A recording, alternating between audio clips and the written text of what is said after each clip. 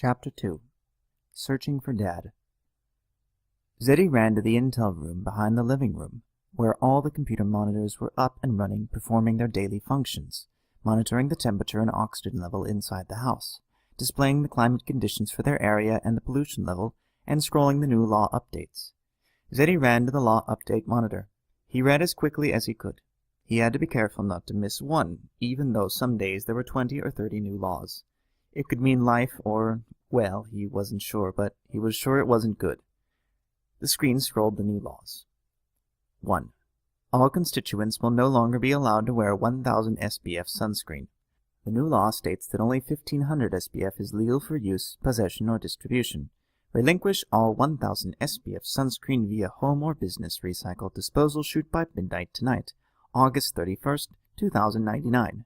New sunscreen is located in all arrival chutes. 1 bottle per family member per week will be delivered until further notice. 2. All persons with intent to enter in the marriage contract within the next year are reminded to register for the parenting approval class at least 1 year in advance of the date the civil union is scheduled to occur. 1 child per family is still the law. 3.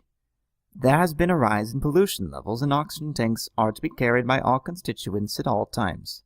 Tanks are located in arrival chutes. 1 portable oxygen tank per family member per day will be delivered until further notice. 4.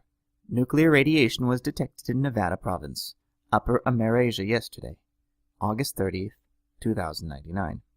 All constituents of Nevada province have been placed in quarantine until further testing is completed. No travel will be allowed within or through the province until further notice.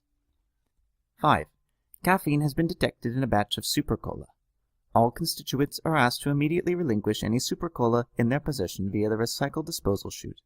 The terrorist who has created this catastrophic endangerment of our people has been captured and sentenced by the International Tribunal to 100 years hard labor in Lower Amerasia to repay his debt to society by supporting our valiant effort to resurface more land masses. Any constituent who has consumed Super Cola in the last 5 days must report immediately to the International Detoxification Facility in your province to have this harmful illegal drug removed from one's system. The international government takes pride in each constituent's loyal obedience to the protective laws designed to maximize lifespan and control the environment for the prosperity of all constituents and their offspring. Thankfully, it was a short list today.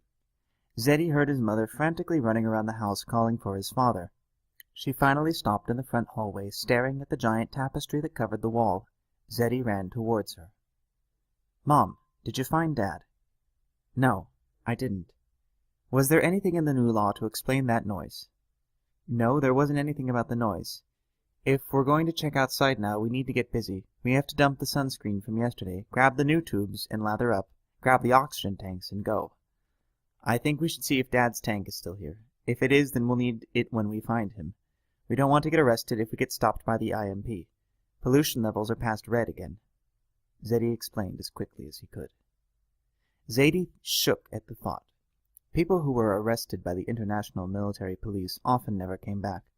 No one knew what happened to them. She thought to herself, we'd better hurry. "Oh, and you should be glad we didn't order Super Cola. Somebody got arrested for putting caffeine in it," Zeddy shouted as he ran to the bathroom to get the tubes of sunscreen from the day before. Zeddy shook her head at the silliness of so many of the new laws. If someone could get arrested for putting caffeine in sodas, what would they do to them if Zane was out wandering without the right sunscreen or his oxygen tank? She dashed down the hall to grab the tanks they hadn't used yesterday. They were still lined against the kitchen wall. Zeddy hurried back to the intel room. He threw yesterday's sunscreen tubes down the recycle chute on the back wall. The monitor screen displayed a happy face with the words, "Thank you," under it. Zeddy shook his head at the round yellow face on the computer. He walked to the arrival chute and grabbed the new tubes of sunscreen. Zeddy slathered the thick green liquid over all exposed body areas. It instantly dried clear. Zeddy was beside him now, with the oxygen tanks. As Zeddy grabbed his father's tank and stored it in his backpack, Zeddy took a tube of sunscreen and smothered her exposed skin. They walked hurriedly towards the front door, and Zeddy grabbed the house remote as they left. She clicked the lock button, and the house alarm chirped behind them. Zeddy slipped the remote into Zeddy's backpack, for fear that if something were to happen, Zeddy would need a way to get back into the home. Zeddy and his mother looked up and down the street. There was no sign of Zane or Zipper. The two held hands as they searched for their missing loved ones. They walked all over Discovery Bay, even out to the dock. Zadie suggested that they paddle around on their canoes to see if Zane might have decided to go fishing. Zadie thought it was useless, but agreed they would paddle one of the canoes along the delta passageways just to be sure. After 30 minutes, Zadie needed some of his oxygen as he could no longer breathe the polluted air. "Mom, you know if Dad went fishing that he would have taken me." "Usually, but maybe he just got absorbed in the thought. He does that sometimes. Besides, I'm out of ideas. I don't know where else to look. Where do you suggest we search?" Zadie answered as tears welled up in her exotic violet eyes, the thick summer breeze blowing her long brown hair across her face. Zadie was out of ideas, too. Maybe the IG had taken his father already if he happened to get stopped while he and his mom were searching for him. Just then, the digitized portable computer phone rang. Frantically, Zadie fished the phone from her pocket. "Hello, Zane, is that you?" Zadie asked, trying to hide the worry in her voice. "No, it's Judy Zitch. Your puppy was running loose again. We have him at our house. Could you come pick him up as soon as possible?" "Oh, I'm sorry. Thank you so much. We'll be right over to get Zipper, thank you," Zadie answered. As they pulled back on the dock, Zadie stuffed the phone in her pocket again. She climbed out and reached down to help Zadie out. Zadie knew that the Zitch family must have found Zipper again. He was a strong puppy, and last week he'd gotten away from Zadie when he broke his leash. The Zitches were the only people who would risk being caught by the IMP to save the puppy. Zadie knew no one else would be that brave or crazy. But the question remained, if the Zitches had Zipper, where was his dad? Zadie was thinking the exact same thoughts. She looked down at her frail little boy, whose dark eyes and brown hair mirrored her own in the bright sunlight. She tried to keep from crying, but she knew he saw her concern. She looked at the street in front of them and said, "I'm really worried about your father now. He would never let Zipper get away. He knows how dangerous that could be, for Zipper and us. So if Zipper is with the Zitches, where is your father?" Zadie was worried too, but he knew his mother needed some encouragement if they were ever going to find his dad.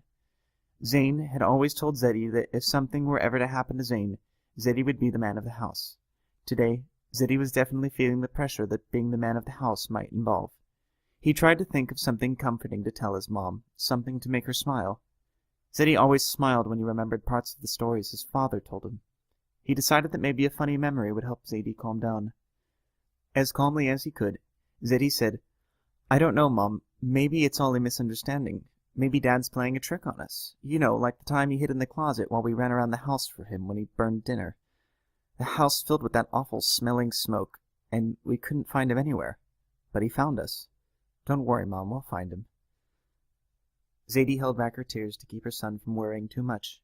She even managed to half-smile at the memory of the stinky smoke and Zane jumping out of the closet to tickle her and Zadie until they were all in tears. Somehow she just didn't feel like this was a joke.